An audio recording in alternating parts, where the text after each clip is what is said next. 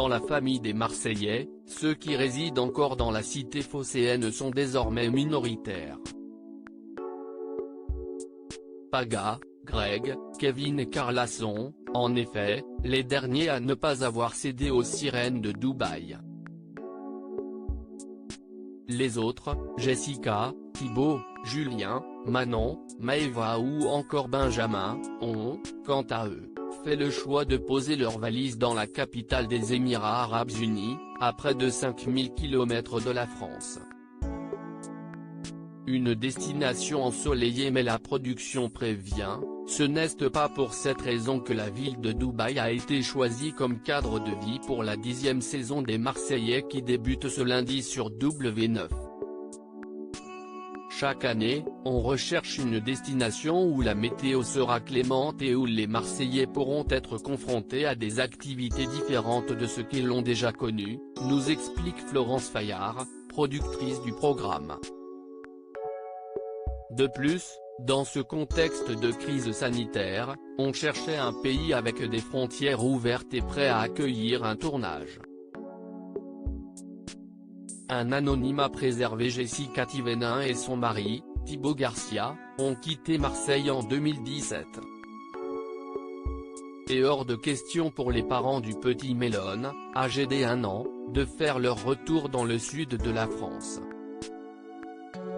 Marseille ne me manque pas.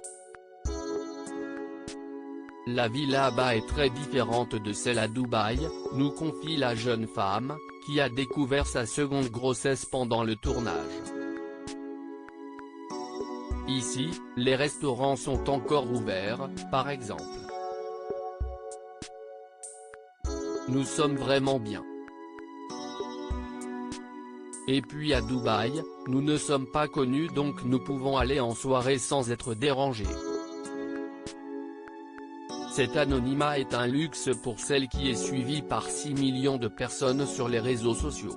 Du côté de la production, on assure que cette migration des Marseillais vers le Moyen-Orient ne pose aucun problème. Les candidats sont libres de vivre où ils veulent. Même s'ils sont désormais beaucoup à Dubaï, ils restent Marseillais à 200%. Ils ont Marseille dans le sang, se persuade Florence Fayard qui a, par ailleurs, choisi comme bookeuse et animatrice des Marseillais à Dubaï une certaine Jessica Eddy. Cette dernière est un mannequin international mais aussi la petite amie de Marco Verratti, le célèbre joueur du PSG. Dubaï, une fiscalité très avantageuse outre la volonté d'anonymat, la raison de l'installation de nombreux candidats de télé-réalité serait-elle également fiscale? En effet, dans cet Eldorado du Moyen-Orient, l'impôt sur le revenu n'existe tout simplement pas. Vous pouvez donc toucher 100% de votre salaire, si vous n'avez pas d'obligation en France.